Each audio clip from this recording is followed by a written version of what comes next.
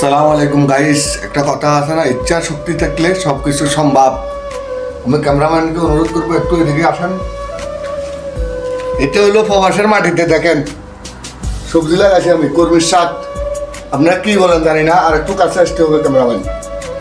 আর এটা হলো বেগুন, এটা হলো টমেটো আর একটু সামনে আসতে হবে।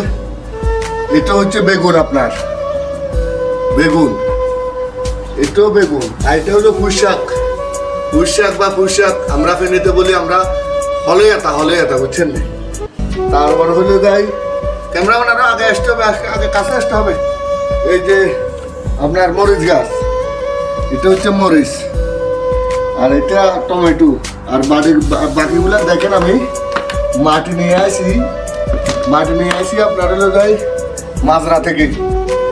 এখন বালতির ভিতরে রাখছি, এগুলা তারতিব করি আপনার সার ওষুধ দিয়ে রেডি করতে হবে। আরো আছে দেখেন এদিকে আছে, এটা হলো ছাদ বাগান করছি আমি প্রবাসের মাটিতে।